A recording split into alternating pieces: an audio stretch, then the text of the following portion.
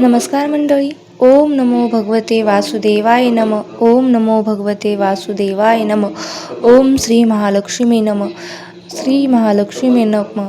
ओम श्री वासुदेवाय नम. श्री स्वामी समर्थ महाराजांच्या कृपेने तुमच्या सर्व इच्छा मनोकामना पूर्ण होवी हीच मी स्वामींच्या चरणी प्रार्थना करते. आणि आज अधिक मासाचा 12वा दिवस आहे. आज आपण बघणार आहोत की श्री अधिक मास महात्म्य अध्याय 12वा. हा अध्याय पठन केल्यामुळे किंवा श्रवण केल्यामुळे आपल्या आयुष्यातील दुःख, दारिद्र्य, गरिबी दूर होते आणि घरामध्ये सुख, शांती, समृद्धी येते. त्यामुळे व्हिडिओ स्किप न करता शेवटपर्यंत जरूर बघा, ऐका. चॅनलवरती नवीन असाल तर चॅनलला लाईक करा, सबस्क्राईब देखील करा. तसेच कमेंट बॉक्समध्ये ओम नमो भगवते वासुदेवाय नम किंवा ओम महालक्ष्मी नम लिहायला विसरू नका. आणि शेवटपर्यंत व्हिडिओ पहा, जेणेकरून माता लक्ष्मीचा आणि भगवान विष्णूंचा आशीर्वाद नक्की प्राप्त होईल. अध्याय 12. श्री गणेशाय नम. प्रथम वंदून विनायकास प्रार्थना केली तयास.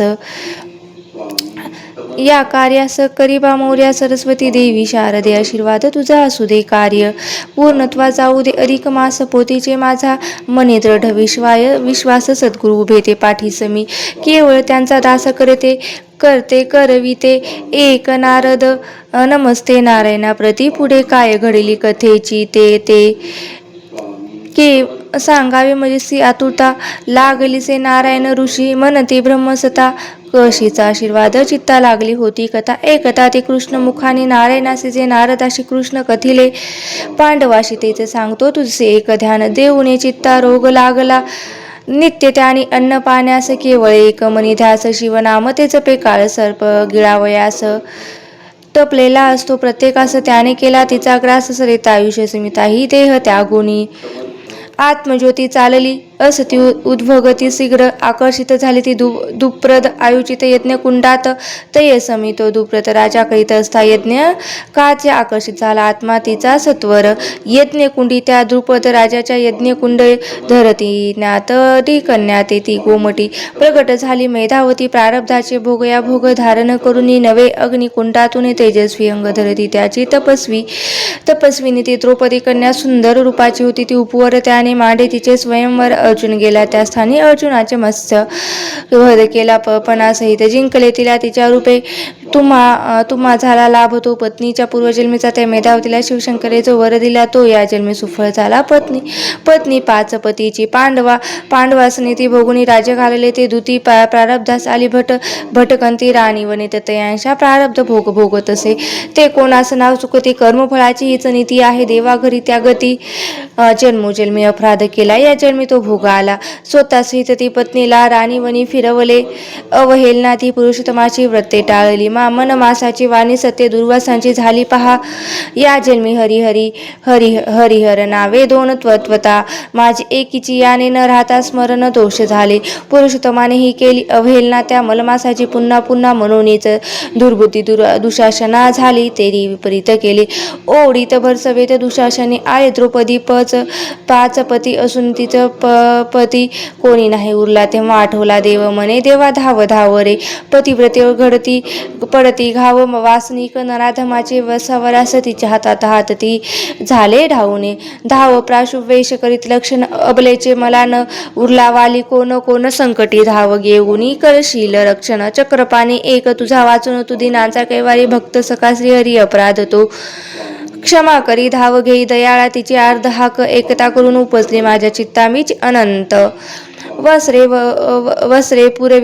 पुरविता झाले तिला क्षणात. वस्त्रे तिची ती दुशासना जरी ओढीन.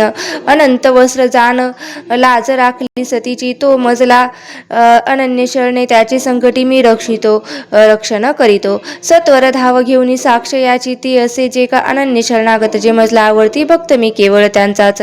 भक्ती पाहत धाव तसे मदतीला नको. भेदती नको निंदा सकलांस ते तुम्ही वंदा शरणागतास. सौख्य संपदा लाभे माझी या कृपेने. माझे भक्त मला किती प्रिय सांगू अर्जुनास मी. लक्ष्मीस पाठी ठेवणी धाव त्यांच्याकडे. माझे भक्त पडत्या संकटात दुःखित होई मनोचित्त. त्यांना पाहून दुःखी पिढी असतीना युधिष्ठिरास. पांडव म्हणती पाठीस असता केशव. आम्हापास भोगुनी काय कारणे मिळत असे त्याचा ऐकून तो बोलून हसू लागले. श्रीकृष्णाला तो म्हणे, अर्जुन द्रौपदीला कान आठवे उशाप, 5 पती राहिले लक्षात उशाप. मात्र गेला विसरणात, आठवे त्याचे करून देत कृष्ण ठेवी प्रस्थान. मात्र तेव्हा धर्म अर्जुन नकुल सहदेव दोघे जण आले धरे द्रौपदी हरिचरण. क्षमा याचना करतसी मती कृष्ण, आम्ही दोघी अपराध घडला जो आम्हाशी, आम्ही दुर्लक्षले मलमासाची. क्षमा करावी दयाळा लेकराचे अक्षम्य अपराध पोटी घाला माल तसे पहा किती तू हरी जगजेटी माय. बाप सकळांचा आता तू जैसे बोधशील ते आम्ही करू आचरण भल करून जोडी पुण्य पळ त्या अधिक मासाचे. कृष्ण म्हणे, येईल या खास आता लवकर अधिक मास, ते मासे पूजनी पुरुषोत्तमा. पुण्य जोडा पत्रास मलमास लागता, जन जा स्नान उपवास करा, पुरुषोत्तमाचे नित्य स्मरण करा. भक्तिभावाने काया वाचा अनेक मनी इंद्रिय बुद्धी अहंकाराचे कर्म घडती तो जीवाने. पुरुषोत्तम अर्पणी कृष्ण म्हणे, द्रौपदीला तू भगिनी प्रिय मला तू या पुरुषोत्तम मासाला व्रताचरण करी आणि संतोष होईल. दुर्वासना आचरता तुम्ही व्रत सांगून व्रत चरणावता विधी म्हणून कधी संधी सारा दूर स्वरूपादी करा. व्रताचरणाचा ऐसा लिहिला हितकारी बोध कुणी न द्वारकेस गेला. पुढे येता अधिक मासाला पांडवे केले पूजनाने त्याच पुण्य प्रभावाने. राज्यवैभव मिळे फिरून सुखी झाले व्रताचरणी पांडव परम भाग्याने. जेव्हा ती हरिकृपा झाली वनवासी दुःख सरेले राजगादी ती परत मिळाली कृष्ण कृपेने. पांडवाशी नारद पुराणेचा पांडवाचा उपदेश कृष्णाय अध्याय इथे अधिक मास महात्म्याचा पुन्हा इथे झाला.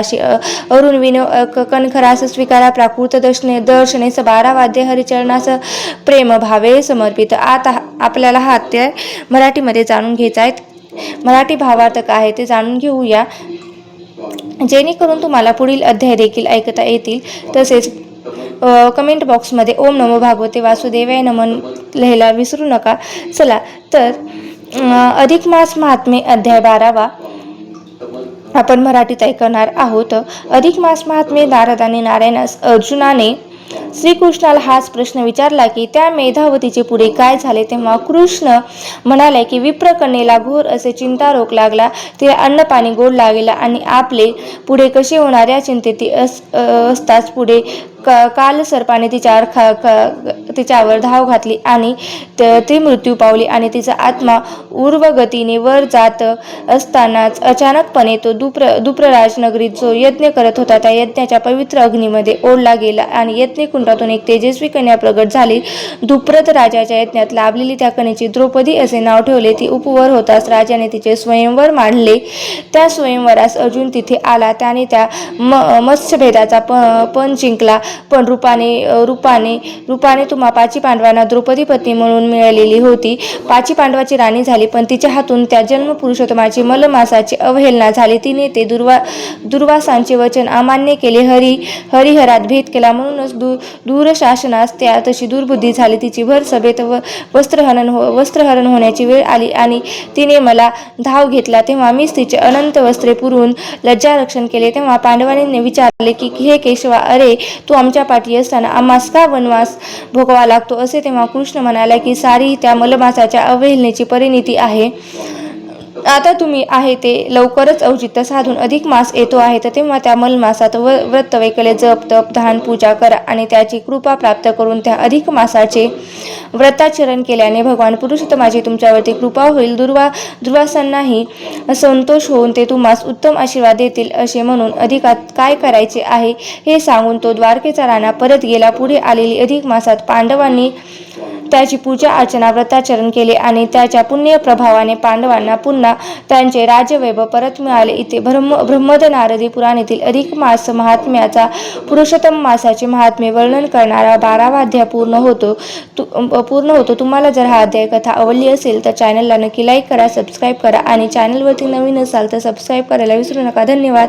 ओम नमो भगवते वासुदेवाय नमः. ओम नमो भगवते वासुदेवाय नमः.